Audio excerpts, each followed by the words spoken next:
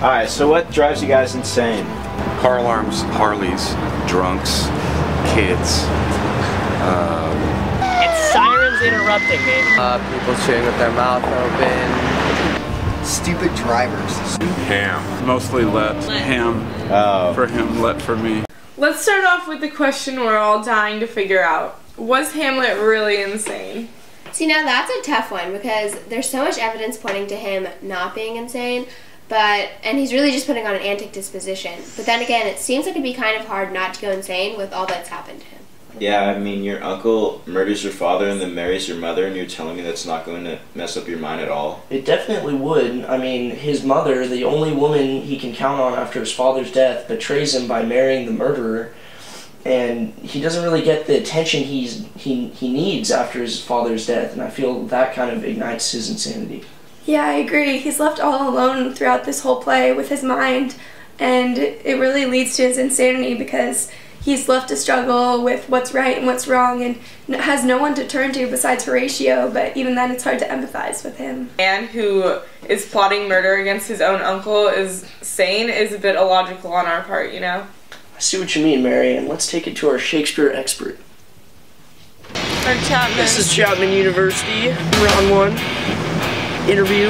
We're at Chapman University here with Dr. Kent Lenhoff, an English professor who specializes in Hamlet. So we know that Hamlet says he's going to pretend to be insane, but is there any textual evidence in the play that Hamlet actually does descend into this madness? You know, we kind of read into that if this is all strategic, there are maybe places where you can see Hamlet being strategic about his madness, like when he uses the cover of madness to insult Polonius and tell him he's a fishmonger, and, you know, or when he uses the cover of madness to kind of get around Rosencrantz and Guildenstern, who have been asked to spy on him. But in terms of kind of getting at the heart of the revenge, it doesn't seem to help him out at all.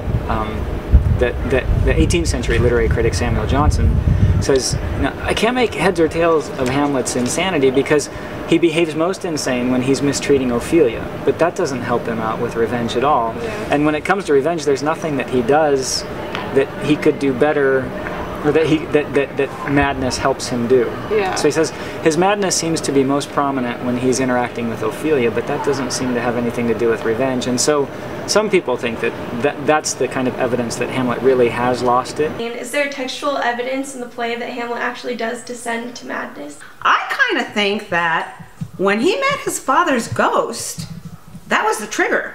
And for me, from then on, click. The guy is crazy. He had a lot of murder. He was suicidal. He had his father's death. He had a ghost come see him. So I know that there was a question whether he was sane or insane, and he probably went between the two worlds. It's not a state, but it's a process. You can be sane and insane in certain situations. Now, how can you say Hamlet is sane when he acts so crazy towards the woman he loves, or he's supposed to love? I mean, I get he's mad because she prioritizes her father's word over her love for him, but that's hypocritical because Hamlet does the exact same thing by listening to his father's ghost and avenging his death, and not listening to anyone else. Yeah, I see what you mean, but at the same time, Hamlet goes a little overboard. Yeah, he's trying to play with Claudius and Polonius and prove them wrong, but why does he have to be so harsh with her? See, I think at this point he's really upset with like the women in the play, because if you think about Gertrude, she kind of just left Hamlet off to go, you know, be with Claudius, and now Hamlet's left alone. So I think after Ophelia, his own lover, does the same thing, goes and listens to her father, he feels really upset and troubled, so that's why I think he goes off on Ophelia. And if we go back to the beginning of Hamlet's insanity, it really did seem like an antic disposition, but the more he gets into his own insanity, the more it becomes less intentional, and he doesn't realize the way he's treating people and the way he treats Ophelia as if she's nothing. But we find out later that he really does love her, because in Act 5, Scene 1, he, like, claims his love for her once he jumps in the grave with Laertes. And by Hamlet treating Ophelia as nothing, it leads to Ophelia's own insanity. And we look at Ophelia in Act 3, Scene 1, and she's being used as a pawn by her father and her lover, and that is a common theme in Shakespeare works, because the women are always being degraded like this, but Ophelia's is like a whole new level because she's being turned on by everyone who's close to her just for their own personal outcome. Exactly, like the pressure put on her father by her father to be the perfect daughter and not be intimate with Hamlet, I think just really gets to her, and she just couldn't handle it anymore. Yeah, and that pushed her to kill herself in Act 4, Scene 7. But did she really?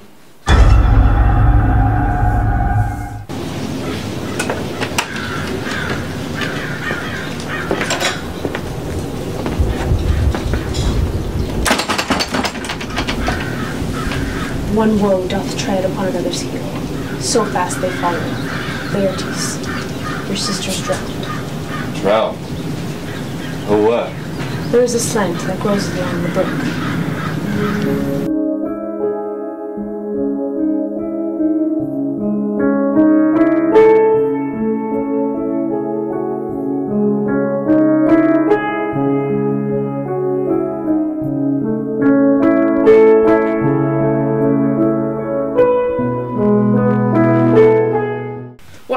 Thought-provoking is the way she commits suicide. It's very passive because she simply just lets herself drown once the branch breaks. And like, it's kind of just like her whole life, she's been going with the flow of things by listening to her father, never really standing up for herself. And in her own death, she goes with the flow of the river while the water fills her dress and she drowns. Let's look at the way grief affects the character's sanity. Good idea, Julia. I feel every character is affected by death, and that's what triggers their insanity. For example, Hamlet gets his father murdered, and that triggers his insanity. Ophelia gets even more insane when she finds out of her father's murder. And Laertes' first sign of mental instability when he jumps in his sister's grave while she's getting buried, and quickly tells the gravedigger to pile his dust upon the quick and the dead. Hold off the earth a while, until she lays in my hands once more. What is he whose grief bears such emphasis? Whose phrases of sorrow conjure the wandering stars and make them stand? Like wander-wounded hearers, this is I, Hamlet the Dane. And the devil take thy soul. Laertes and Hamlet jump into the grave and start fighting each other. I mean, that's not a real sane action. Yeah. Yeah. It's a little irrational. Yeah, I mean, so, yeah, I think if I had to name a third character, I'd probably point to Laertes. The fact that he becomes so sort of overcome with grief that, you know, he's like, stay thy hand, don't throw any more dirt, and he leaps into the grave and he's like kissing her one more time. Instead of continuing to analyze Hamlet and his insanity, my group of scholars and I decided to find a primary source to confine in. We wanted to become familiar with what was actually happening as Hamlet's world started falling apart. Tonight, we are here to call forth King Hamlet's ghost. Let's see if this will work. Any questions? How about this one? Hi Hamlet. So, what do you think about your wife Gertrude getting with your brother? Well, it pains me a little bit. I can sure feel the poison.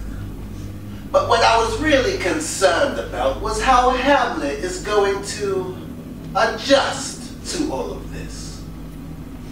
Well, he sure didn't seem very spirited. Yeah, what were you thinking? Coming back from the dead to talk to Hamlet? Don't you realize what effect that could have on him? I couldn't let my brother just get away with my murder and the stealing of my wife. I had to be avenged. You should have just let karma deal with your death.